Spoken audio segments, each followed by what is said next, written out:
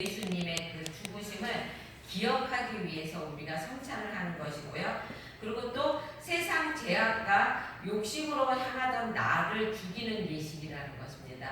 그러니까 과거의 죄악 많은 나를 죽이는 것이라는 것이죠.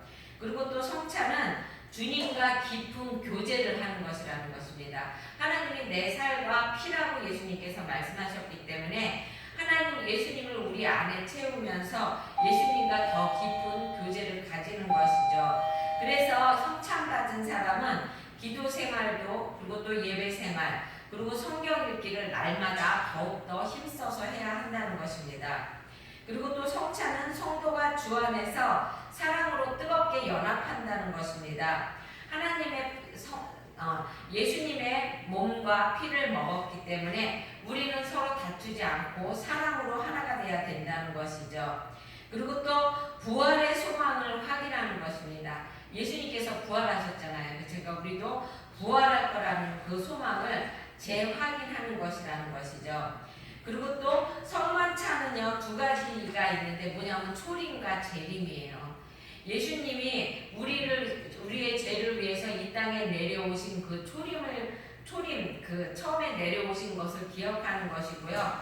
그리고 또 우리가 나중에 우리를 데리고 올라가실 재림을 우리가 기다리면서 성만찬을 하는 것이라는 것입니다. 그래서 오늘은 1년 동안 우리의 인생들의 출입을 지켜주신 하나님께 감사하는 추수감사절로 예배를 드립니다. 추수감사절의 그 유래는요, 1920년도 102명의 그 청교도들이 그 영국의 그 핍박을 못 이겨서 영국 그 성공의 핍박을 못 이겨서 메이플라워호를 타고선 신대륙 플라머스에 도착을 해가지고 그곳으로부터 많은 사람이 얼어서도 죽고 굶어 죽고 그러다가 인디안들에게 씨를 받아서 처음으로 곡식을 추수하게 됩니다. 그래서 그 추수한 것을 가지고 너무나 감사해서 하나님 앞에 예배를 드린 것 그것이 유래가 되어서 추수감사절 예배를 계속 드린다는 것이죠. 이 하박국 선지자가 활동할 때는 BC 600년대인데요. 그때는 굉장히 어려운 시대예요. 그 아수르라는 나라가 그동안 유다를 지배하고 있었는데 바벨론이라는 신생국이 나와가지고 이 아수르를 침범했습니다. 그러면서 이 바벨론이 막 그 세력이 커가면서 아래에 있는 애국도 막 치고 그러니까 그 세중간에 있는 이스라엘은 이 그 강대국들끼리의 싸움에 세중간에서 막 굉장히 많은 갈등과 굉장히 많은 고난을 당하고 있었던 것이죠. 그래서 아수르가 이기면 아수르에다 공물을 바쳐야 되고 그리고 또 바벨론이 이기면 바벨론에다가 조공을 바쳐야 되고 막 그러한 상태에 있었다는 것입니다. 그러면 그렇게 나라가 어려울 때 백성들이 하나님 앞에 엎드려서 하나님 앞에 간구하고 하나님 앞에 기도해야 되는데 백성들은 점점 더 하나님과 멀리하고 그리고 또 하나님에게 예배드리지를 않고 되려 더 이방신을 섬겼다는 것이죠. 그래서 예배의 행위는 형식에 치우치고 그리고 또 곳곳에서 그 성도 백성들이 우상을 섬기고 우상에게 기도하는 그러한 정말로 온 나라가 막 정말로 불안에 떨고 있는 그러한 때였다는 것이죠. 그래서 하박국 선지자가 하나님에게 이 시대를 바라보면서 하나님에게 이야기한 거예요. 하나님 왜 이런 일이 있어야 합니까? 그렇게 물어보는 것입니다. 그래서 이 하박국의 전체적인 내용이요. 하나님이 물어보시면 예수님이 대답하시고 이런 형태로 되어 있다는 것이죠. 그래서 하나님이 하박국이 물었던 것 세 가지가 있는데 무엇이 있냐면 왜 선택받은 이민족이 이렇게 고통 많고 어려움이 많아야 됩니까? 라는 것입니다. 왜 하나님이 선택하셔서 애국으로부터 출애굽시켜 주시고 그리고 또 하나님이 애국 출애굽시켜서 이곳까지 인도하여 주신 이 이스라엘 백성이 왜 이렇게 고생하여야 하는 거냐고 하나님 앞에 물어봤습니다. 그랬을 때 하나님의 대답은 그것은 너희들의 죄 때문이라고 대답을 하셨어요. 그리고 또 두 번째 물음은 하나님 그러면 우리의 죄 때문에 그렇다고 그러지만 저 악인들은 왜 저렇게 형통하여서 우리가 그들에게 조공을 바치고 우리가 그들에게 핍박을 받아야 됩니까? 이렇게 물어봤어요. 그랬을 때 하나님이 뭐라고 그러셨냐면 이 백성은 나에게 죄를 지어서 그렇고 저 이방 백성은 내가 축복을 한 것이 아니라 그들은 막대기로 사용하기 위해서 그렇게 한 것이라고 말씀을 하십니다. 그래서 그런데 그 막대기는 일종의 하나님의 진노의 도구예요. 그렇죠? 그런데 그 이방 사람들은 자기네들이 도구라는 것을 모른다는 것입니다. 자기네들이 강하고 자기네들이 힘이 세서 그렇게 하는 것이라고 알고 있다는 것이죠. 추우세요? 세 번째 질문은 뭐냐면 그러면 우리의 미래는 어떻게 됩니까 하나님? 그리고 또 저 악한 사람들의 미래는 어떻게 됩니까? 이거를 물어봤어요. 그랬을 때 하나님께서 말씀하십니다. 그 악한 막대기로 사용했던 그 악한 사람들은 나중에 그들의 벌대로 심판을 하신다고 말씀을 하십니다. 하지만 하나님의 백성들은 구원을 받을 것이라는 것입니다. 그래서 하나님이 낙심치 말고 절망하지 말라고 말합니다. 그러면서 강조하시는 말씀이 2장 4절인데요. 보라 그의 마음은 교만하며 그의 속에서 정직하지 못하니라. 그러나 의인은 믿음으로 말미암아 살리라 라고 말하고 있습니다. 그래서 사박국 선지자는요 하나님의 그 말씀을 듣고 이제 교회 안에 들어가서 성전 안에 들어가서 기도를 하게 됩니다. 기도를 하면서 하나님 앞에 고백하는데 3장 2절에 보면 여호와여 내가 주께 대한 소문을 듣고 놀랐나이다 라고 말하고 있어요. 그가 놀랐다는 것이에요. 무엇이 놀랐냐면 백성의 죄가 그렇게 많은지를 몰랐다는 것입니다. 백성의 죄를 보고 놀랐다는 것입니다. 그리고 또 그 죄가 얼마나 무거운 거에 대해서 놀랐고요. 또 놀란 거는 뭐가 놀랐냐면 하나님이 죄를 그렇게 싫어하시는 것을 그걸 보고 놀랐다는 것입니다.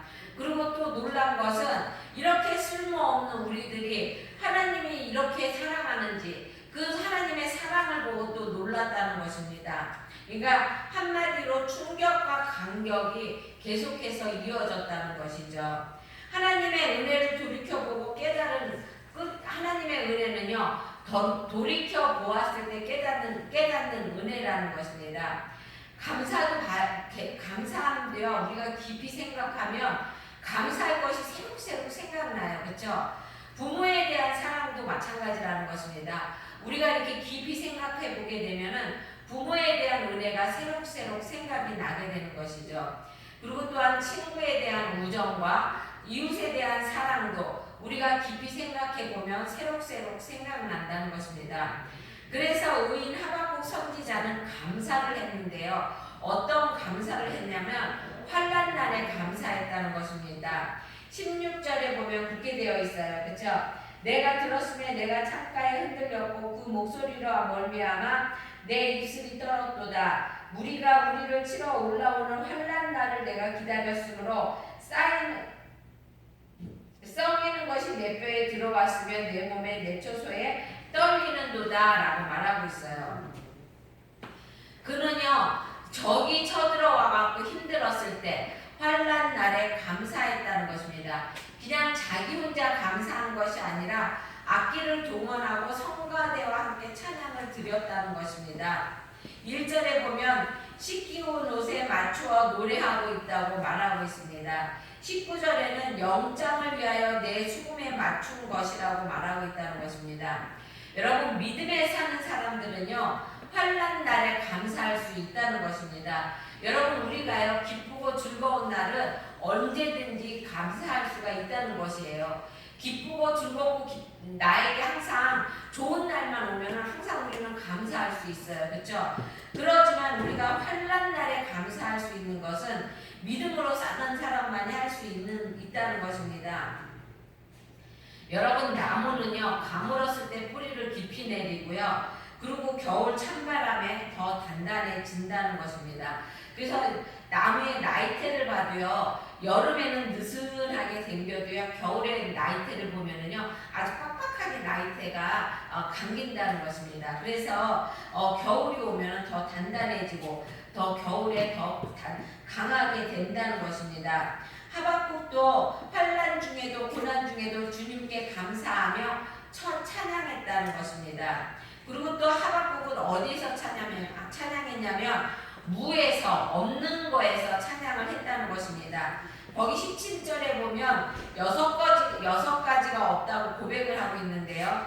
그 당시에 이스라엘은 농경 사회였습니다. 그래서 하박국이 없다고 하는 그 6가지는 그들의 생활에 있어서 절대로 필요한 생활 필수품이라는 것입니다. 거기에 보면 무화과 나무라고 그랬어요. 그렇죠? 17절에 보면 비록 무화과 나무가 무성하지 못하며 라고 그랬어요. 무화과 나무는요, 이스라엘 백성들이 먹는 양식이에요. 양식.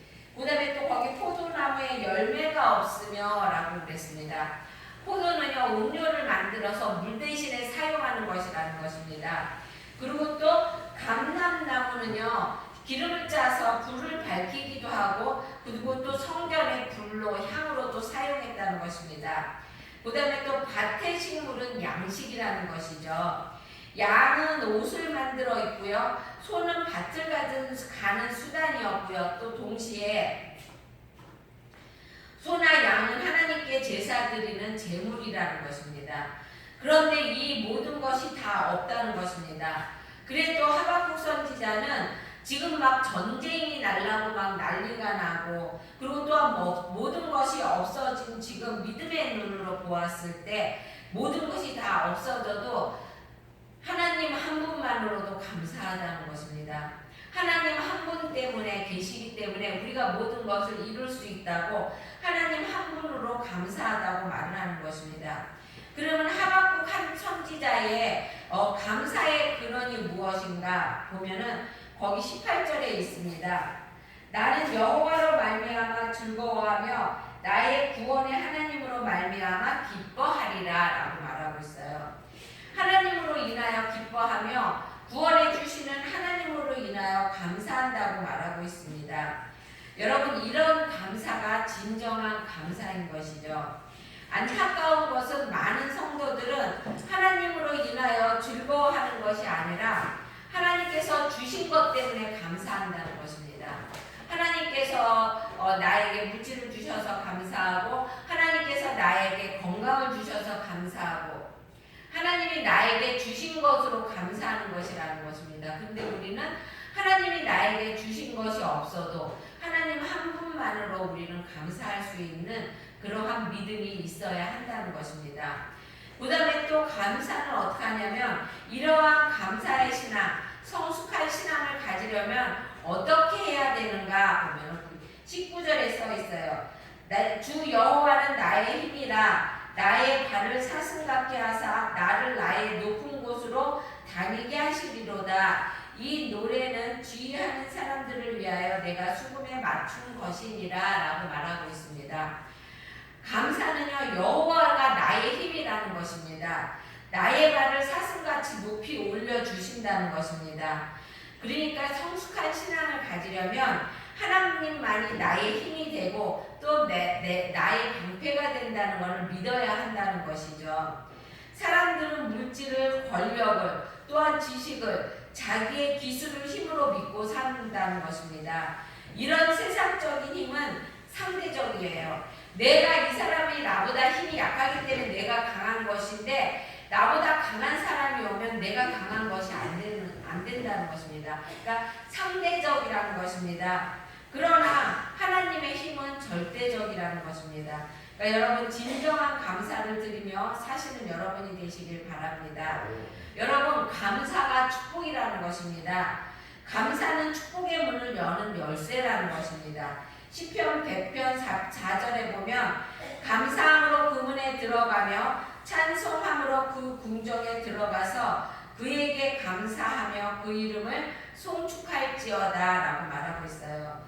그 문은요, 하나님이 계신 천국문을 말하는 것이에요. 그래서 하루 승리가 있고 응답이 있는 곳이라는 것입니다. 요한복음 10장 9절에 보면 내가 문을 두드리니 누구든지 나로 말미암아 들어가면 구원을 얻고 또 들어가며 나오며 꼴을 얻으리라라고 말하고 있습니다.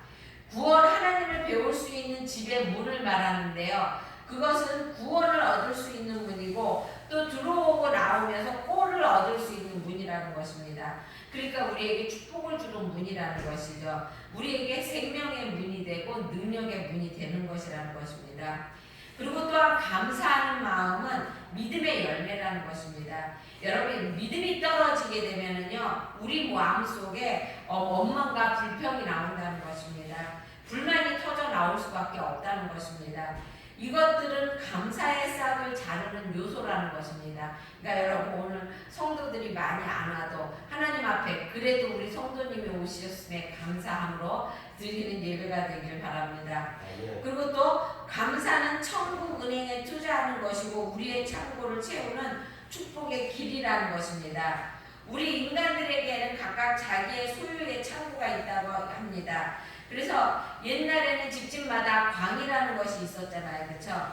그래서 그 광에 가을만 되면 곡식을 가득 채웠잖아요. 그런데 우리 주님은 내 창고에 새 포도주로 가득 채우고 넘치게 해주신다고 약속하셨습니다. 창고는 비어있으면 안 된다는 것입니다. 근데 하나님이 채워주신다는 것입니다. 여러분, 근데 우리의 만약에 우리 천국에 있는 우리의 창고가 비어있다면 어떡하겠습니까? 그렇죠? 그건 망한 집이에요. 그렇죠? 우리의 믿음의 수확은 천국 창고에 채우는 감사가 되기를 주님의 이름으로 축원드립니다. 오늘은 설교를 조금 빨리 했어요. 성만찬식 때문에 잠깐 기도하고 마치겠습니다. 사랑해 주님 감사합니다. 하나님, 하나님 이 시간 주님 전에 와서 하나님 주님 앞에 나와 예배 드렸습니다. 말씀을 들었습니다. 하나님, 감사로 드려지는 예배가 되게 하여 주셨고 하나님, 언제나 주님 앞에 하나님 아버지 한 마음으로 드려지는 예배가 되게 하여 주시기 원합니다. 하나님, 주님께서 도와주시고 인도하여 주셔서 이 시간 하나님 아버지 저희들 성만찬식할 때 하나님 저희들 마음문을 열게 하여 주시고 주님의 은혜 가운데 하나님 아버지 저희들이 하나님 아버지 정말로 은혜로 성만찬을 할 수 있게 하여 주시기 원합니다. 하나님, 와야 할 많은 성도들이 오지 못하였지만 그들이 어느 곳에 있던지 하나님 주님을 기억하게 하여 주시고 이 자리를 생각하게 하여 주시기 원하오며 예수님의 이름으로 기도드렸습니다. 아멘.